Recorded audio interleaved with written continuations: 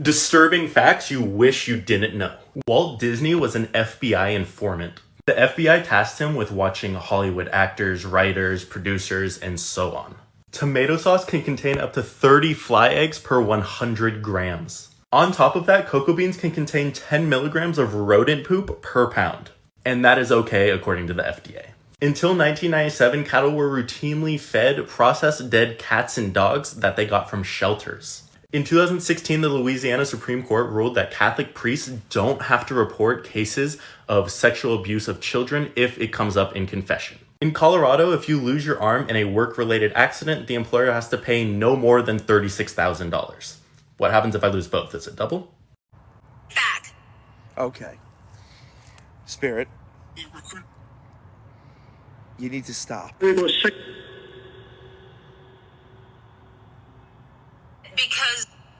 Because calling somebody fat isn't nice.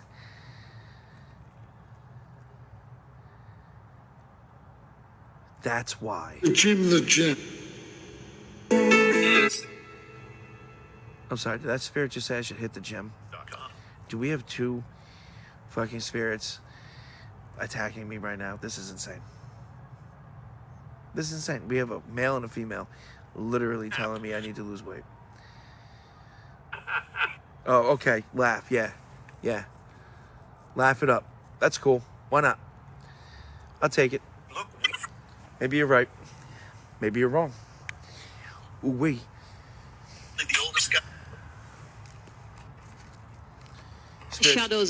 Spirits, I think you're jealous that you just can't eat. I am not gonna lie, these past couple of days, I have been in a huge rabbit hole with the Paranormal Chicago lore. Why am I just finding out about this underground city or whatever called Lower Wacker? And they have like Lower Wacker, then they have Lower Wacker. Let me tell it, I'm not gonna lie, it sounds like the Ninth Circle, like it's legit hell on earth. And then we hearing about gargoyles and mermaids in Chicago. I am not gonna lie.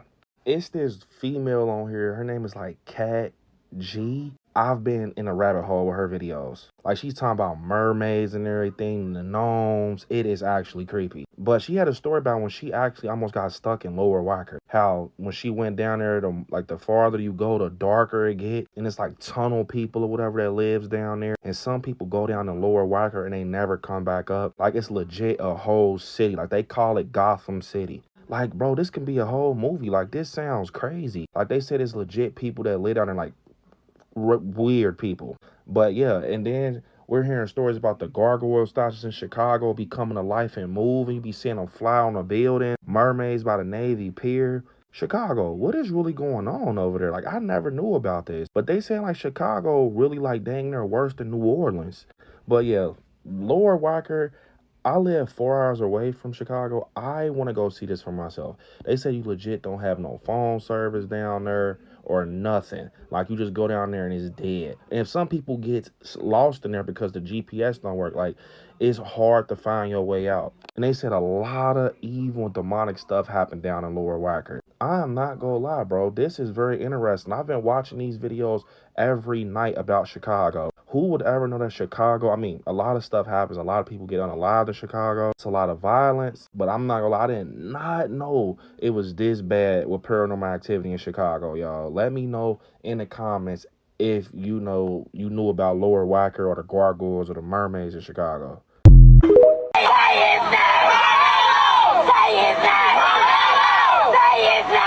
So let me get this straight. This teen stabbed another teen to death, and you have his family protesting because he was convicted and sentenced. They're saying Carmelo's innocent, but he admitted to the murder. Like, what are we doing here? So these people are claiming that this is all a race thing and that Carmelo was only found guilty because of his color.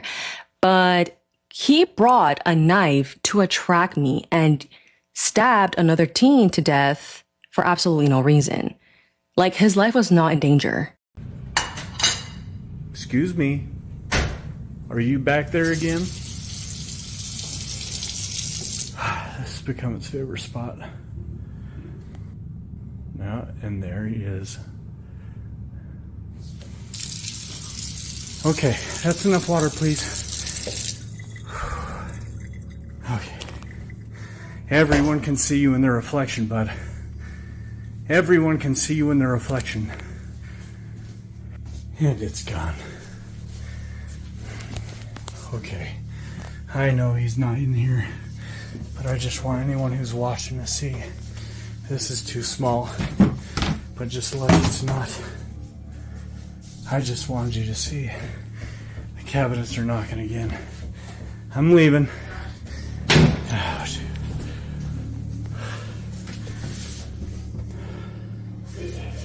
That's enough for today.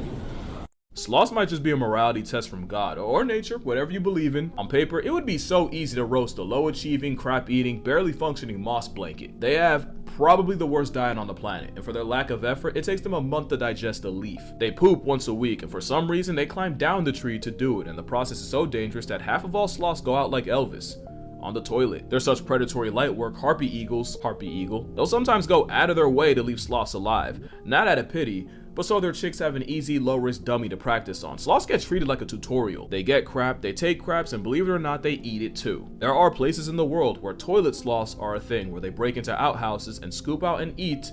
Yeah, I'm gonna stop right there. Also, wet sloth. So with all that, why should you even care about sloths? Well, one,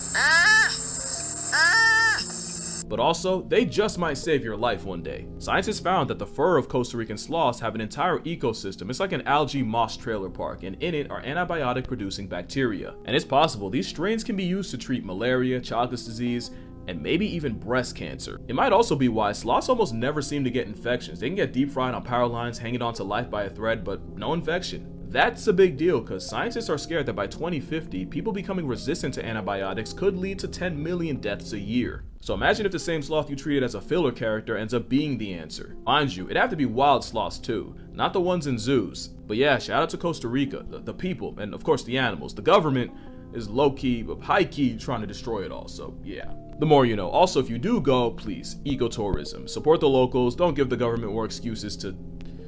Yeah, the more you know.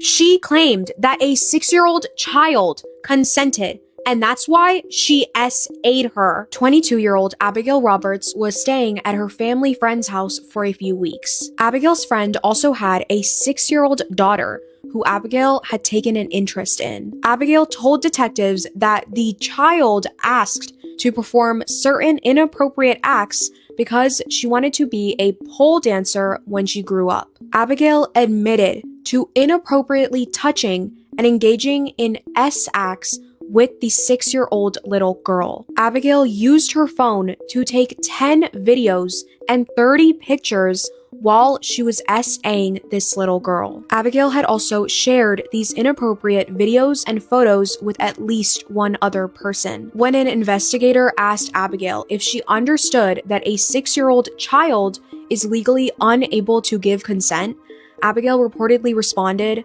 no. The images and details in this case are so graphic and disturbing that the inmates in the courtroom that were there for unrelated hearings were moved to tears. As of right now, Abigail has not been sentenced yet because her case is still in the early stages following her arrest in April of 2026. This case absolutely just broke my heart, and I cannot imagine how much courage it took for that little girl to speak up about what happened to her.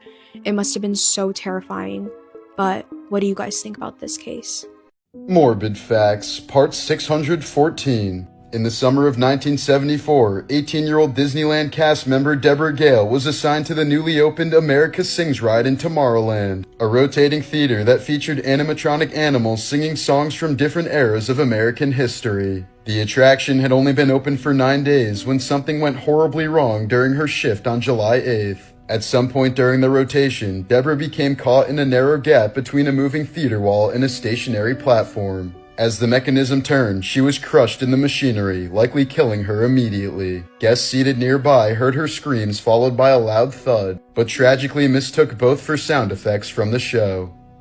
In 2009, a member of Al-Qaeda attempted to assassinate Saudi Prince Mohammed bin Nayef by hiding a pound of explosives inside his anus, an unprecedented tactic at the time. Disguised as a remorseful militant surrendering during Ramadan, the terrorist was allowed close access to the prince and even passed through metal detectors without detection. Once face to face, he detonated the device, but his own body absorbed most of the blast, killing him instantly while only slightly injuring the startled prince.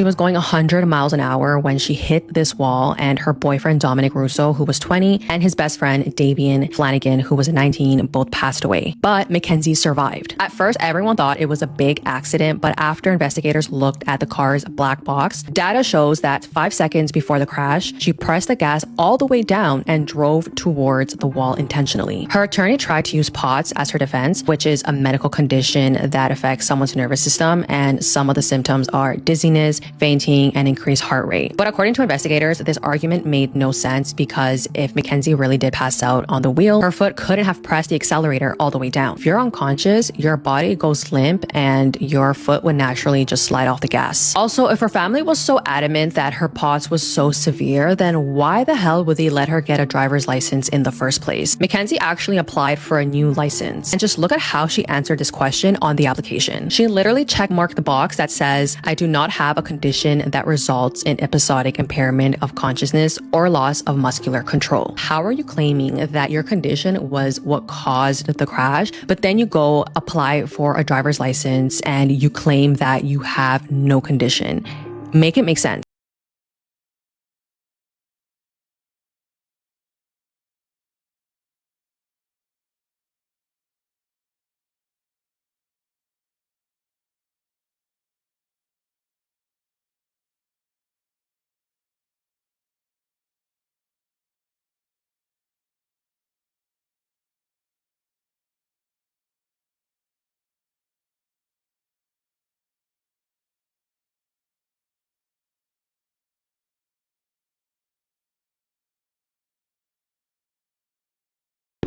Facts that one day could save your life. If your car ever gets stuck on the train tracks, look for this blue sign. It'll have a phone number on it and you can call them and tell them that you're stuck and they'll alert all oncoming trains. We all hate red eyes in pictures, but if your pupils ever reflect white, you might have something wrong with your eyes, such as cataracts, retina problems, or even eye cancer, but sometimes from weird angles it may look white, so don't worry. When you go to sleep, keep your car keys near your bed. That way, if you hear someone trying to break into your house in the middle of the night, you can just set off your car alarm and it'll most likely scare them away.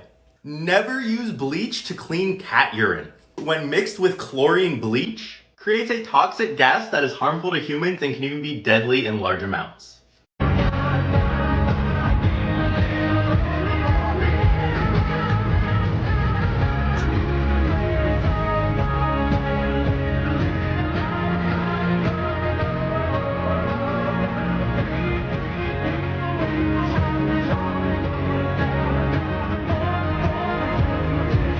How to survive Snake Island. Oh, that's easy.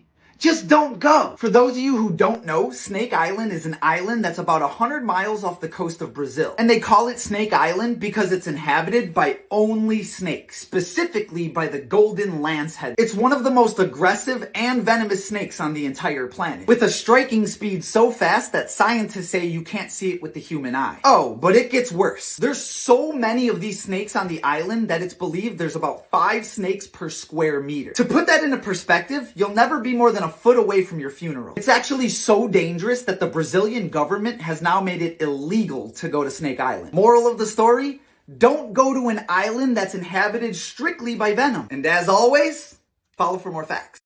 This is in Ohio. Did you learn about it in school? Me either. You want to see some other things? This one's in Illinois. Did you learn about this one? Oklahoma, Louisiana, Georgia. You know, honestly, stop me when we get to one that you did learn about in school. This one's really cool. This one's in Iowa, Texas, Alabama, Indiana, West Virginia. This one kind of is giving me a Teletubbies vibe. No offense. It's just, look at the shape of it. I mean, anybody else? Anyway. This is North Carolina. South Carolina. Tennessee. Minnesota. I like this one. Here we have Mississippi. This one is Kentucky. And this one, I think it's Arkansas. I might be wrong about this one. But my favorite one of all, the crown jewel, Serpent Mound in Ohio. Why did we not learn about this in school? Are you kidding? Look at the man for scale, okay? Look at why didn't we learn about it in school? Like, the more that I find, the angrier I get. Because what were we doing? This is amazing. This is something everybody should know exists. Did you know this existed? I found out this existed when I was in my early 20s. That's a shame. And honestly, looking at all of that really just makes me want to dive into the indigenous culture here on this land that I occupy, because everything that I've learned so far has been absolutely beautiful, and I want to know more. And it's truly a shame I didn't get to learn about it in school like I should have. But that's America.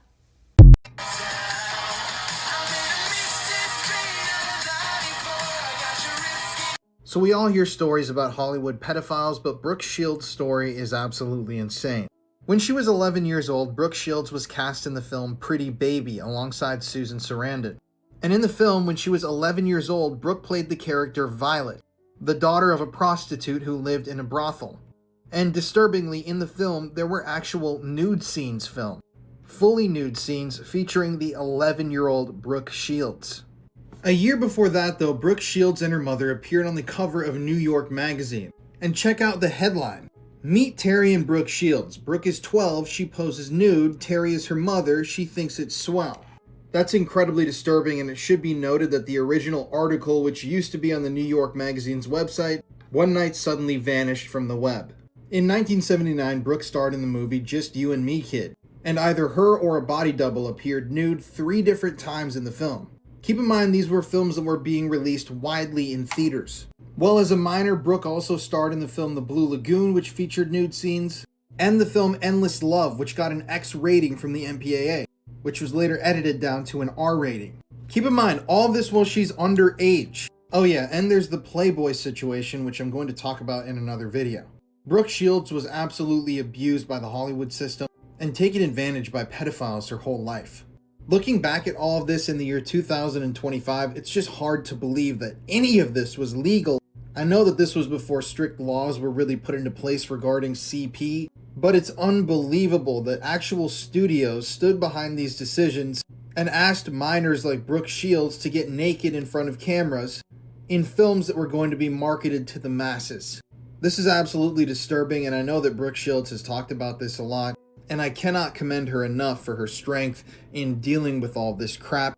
I mean, it's unbelievable what these people did to her. And obviously none of them ever faced any sort of legal repercussions, even though producing those sorts of materials today would definitely land you in prison. So Brooke, if you're out there and if you somehow see this, my heart goes out to you. And I'm really glad that you ended up living a happy, fulfilling life.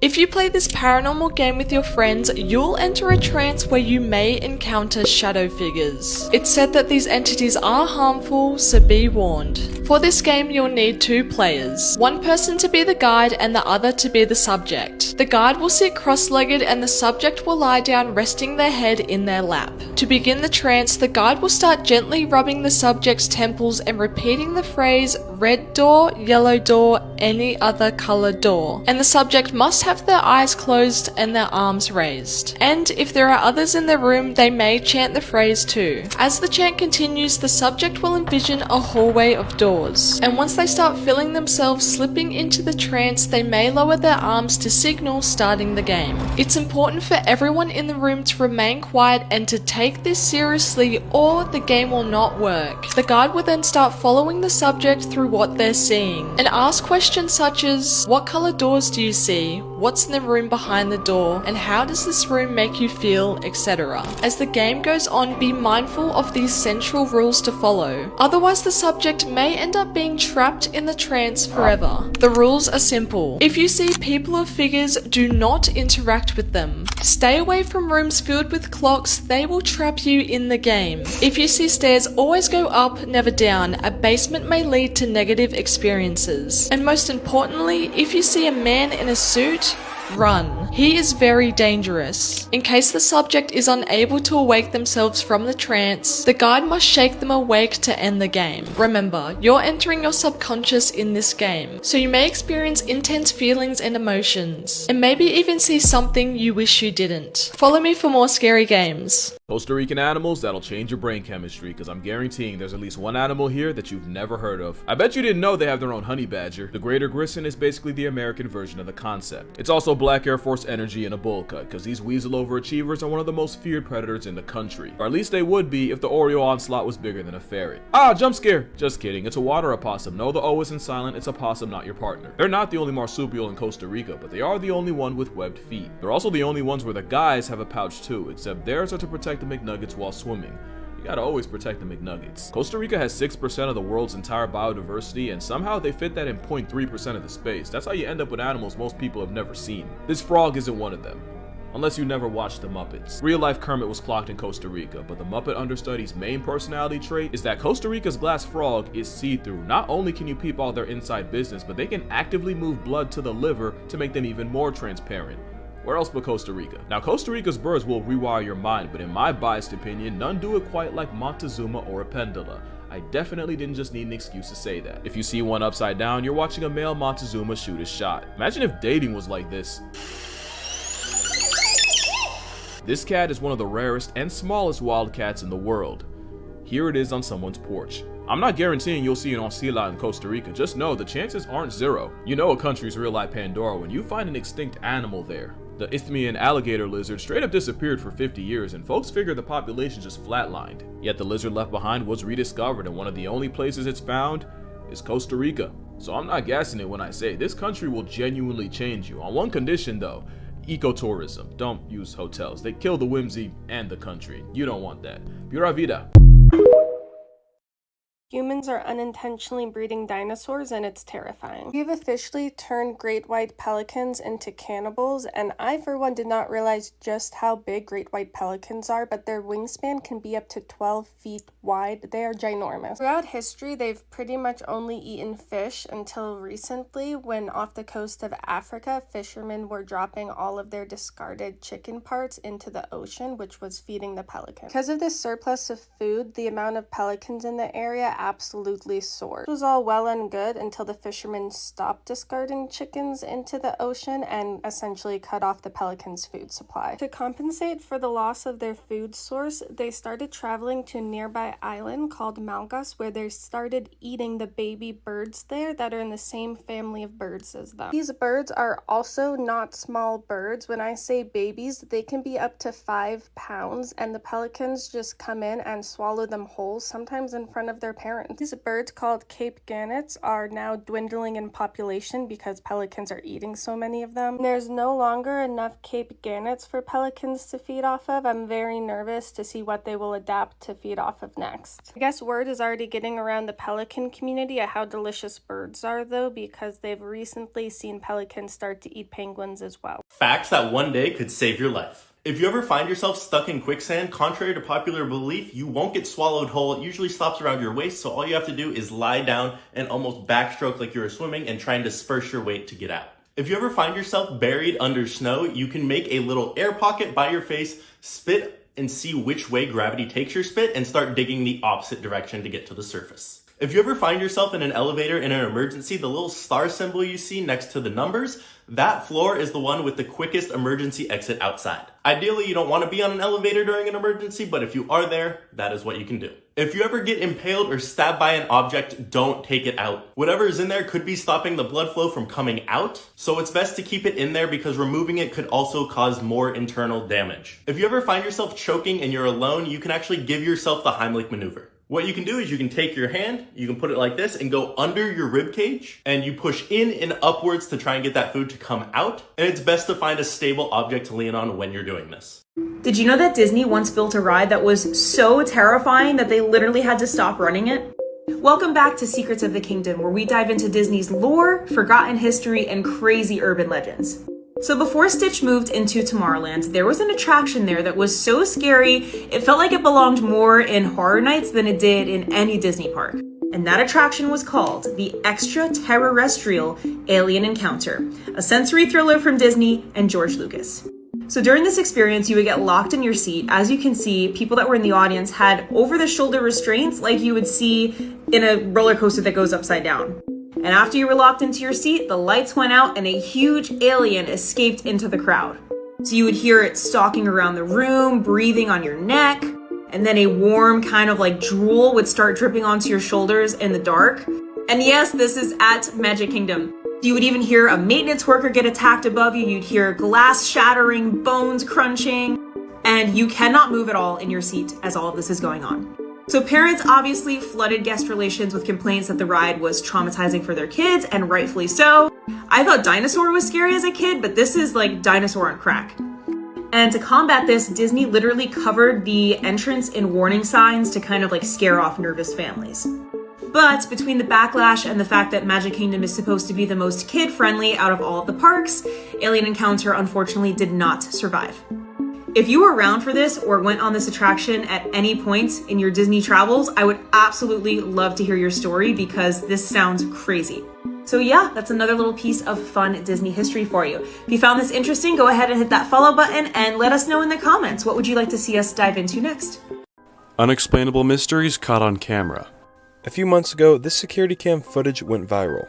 It shows a little girl in a kitchen playing with what appears to be an imaginary friend, when, out of nowhere, something grabs the toy.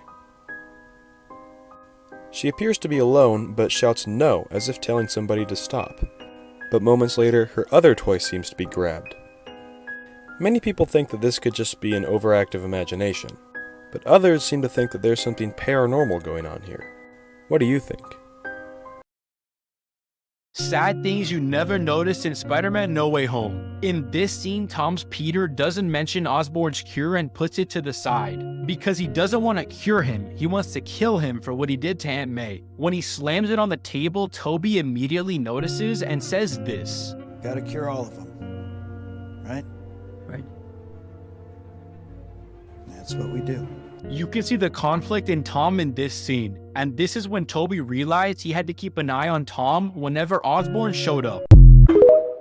This is why you should never sleep right next to your phone. Share this video to someone to warn them. Chloe Bird is a wealthy 17-year-old girl from France.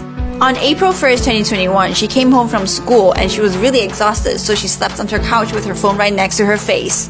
After 2 hours, she woke up really dizzy and dehydrated. As she stood up, she noticed her hands feeling really numb. She then had a sharp pain in her stomach, so she ran to the toilet. Her head was spinning and she needed to puke, so she bent down. As soon as she bent down, she noticed tingling in her nose. And came out these weird worms. They weren't normal worms, they were gummy worms! Soon after that, she noticed her feet turned into tentacles. And when she looked at the mirror, she turned blue. Her eyes started bleeding and she turned into Squidward. But it wasn't a normal Squidward, it was handsome Squidward. And this is why you should never sleep right next to your phone.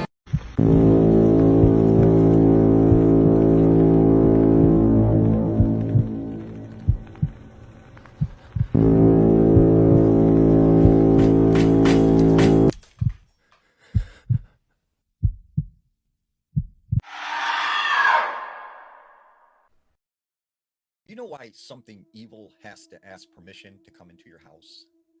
It sort of goes back to this old belief that nothing evil, nothing negative can enter into your life, can enter into your home unless you give it permission. See, we naturally have this protective barrier surrounding us. Some people call it guardian angels, some people call it, a protective spirit, but we are naturally protected from these sort of things. But these evil, these negative entities try and break us down and get us to open that space, to allow them to come in. And so our homes, where we live, where we love, where we share intimate moments, right? that becomes a protective space. And this evil entity cannot enter through that doorway until you give it permission. Now, this story comes out of North Carolina. There was this woman who said when she was a young girl, she grew up in a small home up in the Appalachian Mountains. And she said when they first moved into this house, she remembers at night hearing what sounded like young children out in the woods laughing and saying things and calling her to come outside. And she would see shadows moving across her window like someone was walking around out there. She just ignored it, and she really had no idea what was going on. And she had heard stories, she had heard rumors from friends, that if anything evil comes to your door or invites you outside, do not listen to them, do not follow. Well, this one particular night, her parents left her in charge of watching her brothers and sisters. And she said they were running around the house playing when all of a sudden she got kind of this sick feeling in her stomach, like something was wrong. And she said her brother started screaming and started freaking out and crying. And she's like, what's going on? Like, what's wrong? And he says, they're coming for us. Like, they're going to get us. They're coming. And she's like, what are you talking about? Who's coming? And he just kept saying, like, they're coming. And all of a sudden they hear boom, boom, boom, like a knock at the front door. So she runs over to the window and she looks out. And she said at the front door was this young boy, with an old-timey haircut and wearing sort of like this blue jacket and blue pants with these like black boots. And she said he just looked out of place. She knew something was wrong. So she calls out to him from behind the door. Yes, like, what do you want? What do you need? And she said this boy responded, please let me in. Please let me in. And she's like, no, I'm not supposed to open the door. Mom and Dad are gone. Like, I can't open the door for you. And he's like, please, it's cold. Let me in. And she said, no, you're going to have to go somewhere else. I'm not opening the door. And right as she says that, the lights in the house started to flicker. And she said she took her brothers and sisters, they ran into their mother's room, and she closed the door, and they all just started praying. And finally, their parents got home, and they felt safe again. And she said within a couple weeks, it was all over this town that there was a young kid who disappeared. And she felt like that had something to do with whoever was knocking on the door that night. Do you guys remember that trend that went around in like 2021 where everyone was talking about moldavite and how if you get a piece of moldavite jewelry, it cleanses your life of all negativity and turns your life upside down and opens the doors for better things to come in your life? Well, I got this email from this self-proclaimed witch who also owns a crystal shop. And she said that moldavite actually is not what it seems. It's not this quirky little crystal. It's actually a beacon. And the people who first started this trend were not healers. They were not spiritually awakened. They were hungry. Maybe Witch Talk can weigh in on this. But this woman said that she owns this crystal shop, right? And in 2021, like early 2022, every single influencer and people who were on TikTok were coming in her shop asking for moldavite. And she said she used to wear it too until she started noticing this strange pattern with it and figured out what actually happened. Her crystal shop has a TikTok and I asked her if she wanted me to tag it, but she said no. Like, she does not want to get dragged because people are definitely going to disagree with her, especially people who bought into this. So she said just to call her Stevie because she likes Fleetwood Mac. So Stevie said when she started wearing moldavite, it was because she knew of it as this crystal. It was a beacon to invite entities or spirits or whatever you want to call it to come into your life for a specific reason. For her, it was positivity and success. But when all these people started coming to her shop asking for moldavite, hearing that it cleanses your life of negativity, that it aligns you with your true path, she was very confused because she was very clear that unless you set a specific intention with it, you're kind of just opening the door for whatever to come in. So she started looking up these videos and she said she noticed the same thing in all of them, which is that none of these people told you how moldavite works. They just tell you that it works. She said moldavite is not just a high vibrational stone. It's a signal flare. It's a glowing invitation for things that feed off of high vibrations. So when all of these people were coming in saying that their intention was to cleanse their life of negativity, they were just inviting negativity. I know this concept from like manifestation, right? Whatever you focus on grows. So when these people were saying, I want to cleanse my life of negativity, all these entities or things that are feeding off of them are hearing is negativity and they're coming in. Think of it like this. She said, think about when you're walking through a forest late at night and you're using a flashlight. She said, you can see everything, but what you don't realize is everything else in the forest can see you too. Moldavite is the flashlight. And she said she first noticed something was off when all these people who bought moldavite started coming back in trying to return it. The same people were then asking her if she had anything for sleep paralysis, for strange figure showing up in their room for seeing shadow figures. She said one girl complained of having pressure on her chest like somebody was pushing down on her while she was asleep. Another girl claimed that she heard things whispering in her ear at night. Somebody else said that they felt like they had lost entire days from their life, like they were just walking around in a haze and couldn't remember anything. And this pattern continued. She would refund the stone, take it back, and then try to figure out a way to help them. But she noticed something else about all these people that was similar, which is that they all had the same look. They were hollow, they were sunken in. Some had lost weight, but it didn't look like they had done it in a healthy way. The light was gone from their eyes. It looked like something had drained them. And a lot of them said things to her, even if they didn't explain other symptoms they had. They would just say, I feel different, but I can't explain it. She said that's because they were being harvested. Energy vampires are real, and they look like us. They walk among us. And she said the scariest part is that the most advanced among them don't even need to touch you to feed. They just need you to shine. The more spiritually awakened somebody thought they were, the easier they were to drain. And that's why word about this spread so fast. That's why this trend took off, because people weren't just buying into it. They were recruiting others without even knowing it. Stevie said every single time somebody posted about how Moldavite was changing their life and turning their life upside down, they were actually amplifying the signal and calling in more predators. She said she stopped selling it. She stopped wearing it. She said if you have it and you want to get rid of it, bury it underneath salt or obsidian. And she said after you get rid of it, it's not uncommon for you to hear humming in your ears for a few days or weeks afterwards, depending on how long you wore it. She said if you don't buy it, but you still wear it, just ask yourself, have you felt exhausted for no reason? Have you had strange dreams? Do you feel like something is watching you? If the answer is yes to any of these questions, you might not be using it. It might be using you. I'll be posting more vampire stories in this playlist, so keep them coming. Okay, so you got the blood test, and he tested you, and what were the results? The results were inconclusive. And what does that mean? Meaning that I have the same type of blood pathogen level, things like that. Everything just came out pretty much inconclusive. They weren't able to come up with any results. Any results at all? Were they strange results? Some things were, yes, higher glycemic levels, things like that. And what about, you have no body fat? Correct. If I were to place my hands on one of the electronic counters, it comes up as error every time. Really? Correct. Wow, mine comes up as something else. Even when I was really, really skinny, I had a high body fat content. It was weird. I was like, your weight, and they said you need to get in shape, which is weird. Anyway, tell us about these abilities. Okay, first let's do the strength ability. You're 125 pounds and you can bench press how much? On a Smith climb machine, I've been able to do 270, maximum 280, and with that right there, approximately 425. So I've got 425 pounds over there. Okay. Oh, and I want to see you. What is it called? Bench pressing with the legs? I don't know if that's called. It's called a leg press on a 45-degree angle. Bench press with your legs. That's what I'm gonna call it. So let's go do that right now. Let's see if you can do that, because that's like. Okay. Did you know there's just a ghost ship out there floating around the ocean filled with rats? And I mean, the ocean itself is terrifying enough. I could do many videos on weird things in the ocean, but let's start with this one, because it's not just a few rats on a ship.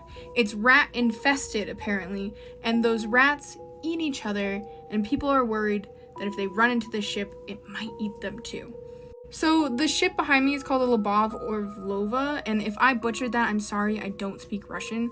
And it was, as you can see, a fully functional ship up until 2006, when so much debts were collected that it had to be docked, and it was docked for 2 years. And that's where the rat thing comes in. So after 2 years of just sitting there, which was prime time for anything to sneak on board, especially rats, people decided that they were gonna scrap it. So they took it to scrap it, but then the line that they were towing it with, or whatever the nautical term of that is, broke.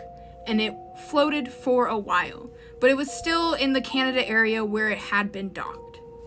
Now, Canada decides they're gonna grab the ship, and they were gonna scrap it. But for whatever reason, when they did finally get this escaped, unused ship, they went into international waters and just let it loose to go wherever it might go. Nobody really knows why they did it. They just decided to. And that's when this ship became a ghost ship, because people didn't know where it was after that. Then fast forward to 2013. Somebody spots the ship closer around the area of the UK and Ireland, and that's when they say there's a ton of rats on board. Now, this hasn't been completely confirmed, but that's when this rat story starts. after that first sighting of where the ship finally ended up with, people start pouring in more sightings, saying that this ghost ship is floating around, is heading towards Ireland, and it's filled with rats. Rats that eat each other and are potentially dangerous to other people. So the most chilling thing, in my opinion, about this whole ghost ship filled with rats is that there's at least one story out there of somebody who found this ship, sent a distress signal, and they then themselves went missing. So what happened to them? Did the rats get them? Because that's just, ugh, I hate that. Anyways, in around 2015-ish, 2014, maybe a little earlier, people were very concerned that this ship was going to find its way floating into Ireland and release all of these horrible, horrible rats. And that was a concern for a while, and at my understanding, it still kind of is, but it's been like 10 years since then, so I don't know if that's still something people are panicking about, but what do you guys think about this ghost ship? Light out, everybody. It is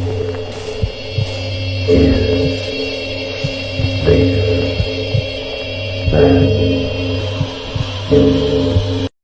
Story time. Many a year ago, in the middle of the night, I woke up to footsteps in my bedroom. And I look up, and there's a man in a white t-shirt walking around my room. And I'm just like, why is Josh up in the middle of the night? But then something moves in the corner of my eye, and I look over, and Josh is in bed next to me. So I look back, and there's no man in a white t-shirt. So I'm like, okay, it's fine. I'm just sleeping. It was a dream. I lay back down. I'm like, all right, we're going back to sleep. This is fine. Then I hear something. I look up to my left, and there is a man in a white t-shirt, pretty heavy set, leaning over Josh's nightstand and looking through the blinds into the backyard. I'm looking, and I'm blinking hard because I'm like, this isn't real. He's not actually there. Like, I could feel that he wasn't there, though I was seeing him. And I turn over, and I'm like, it's fine. I'm maybe having a hallucination. I'm in, sleep paralysis or something. I lay there, I'm like, but I'm not. Josh wakes up. And I look at him and I'm like, Josh, there is a man in a white t-shirt walking around our room twice now. I don't think he's real, but I've seen him, and it is extremely vivid. And he says, all the right things that a man says to his wife, relax, calm down, woman, just kidding. He's not like that, but says all the right things. We end up going back to sleep. Within seconds, he shoots up in bed, and he's like, I saw him. He's by the door. And I'm like, I knew it. I'm not crazy. I knew what I saw. And so we get up out of bed, and I go check on the kids, and we make sure the doors are locked, and everything was fine. After a while, we go back to sleep. We leave the lights on, because we're like, you know what? This is uncomfortable. We lay there for about 15 minutes with the lights on before Josh rolls over, turns it off, and we're like, it's fine. We're going to sleep. It was a thing. And then I slipped into a dream. And I was dreaming that I was in a truck, and I was driving on a highway. And I was coming up to some turn where there's all these people lined up outside of the truck, and they were trying to say something to me, and I was trying to ignore them, like they weren't there for some reason. I was just like, whatever, I'm just going, I want to go where I'm going. And I take a right, and as you know when you kind of take a turn, you kind of lean your body a little bit in the direction you're turning. That happened. And then suddenly, in real life, I feel a hand clap over my mouth and start pulling me. And I'm feeling like I'm being pulled, but I realize as I open my eyes, I'm not being pulled out of bed, I am being pulled out of my body into the astral realm. Now listen, I don't astrally project. It's not what I do. That is the ghost's house. I'm not going there. And so this thing was forcing me, was grabbing, it was, I don't even know how to describe this feeling of being touched without being touched, and being pulled and having that forced, detached feeling. But I was in sleep paralysis, so I couldn't do anything about it. I was trying to scream. I was just kind of wheezing, making some weird high-pitched sounds, hoping that Josh was going to hear me and wake up. I ended up pulling myself out. And as soon as I kind of regather myself, I start hearing Josh's breathing change, which happens when he goes into astral projection. That's when I know that he knows something's going on. He's now going astral because he's recognizing something's happened to me, which is a thing that happens with us. It's hard to explain. It's a whole other story. Within about a minute or so, he wakes up and he's like, all right, it's gone. But this was something different than what we've had before. This thing had taken on the form of someone that we knew, but wasn't living with us. And it was trying to convince Josh that he's okay, that he has a right to be there, so that we would let him stay. Josh did his thing. The thing was not completely gone. It kind of lingered around the room for a while, but it was gone. We didn't have any more issues. Morning comes, and I went downstairs to wake up the kids for school. And I'm by my daughter's bed, and I start hearing whistling, like a song, being whistled upstairs. I look at my daughter, and I'm like, what the heck? Why is Dad whistling? He doesn't whistle like that. And, I was like, all right, get up. It's time to go to school. Went upstairs. Josh was in the kitchen making coffee, and I was like, what was that whistling? It's like, that was new. And he just looks at me. He's like, I wasn't whistling. I'm like, yes, you were. It was a song. You were whistling like... And then I stopped. Because he was whistling the songs like the person that the entity was trying to be, or had taken the form of in Josh's situation. So I was like, okay, it's still here. And then I smudged the crap out of the house when I got back from dropping off the kids at school.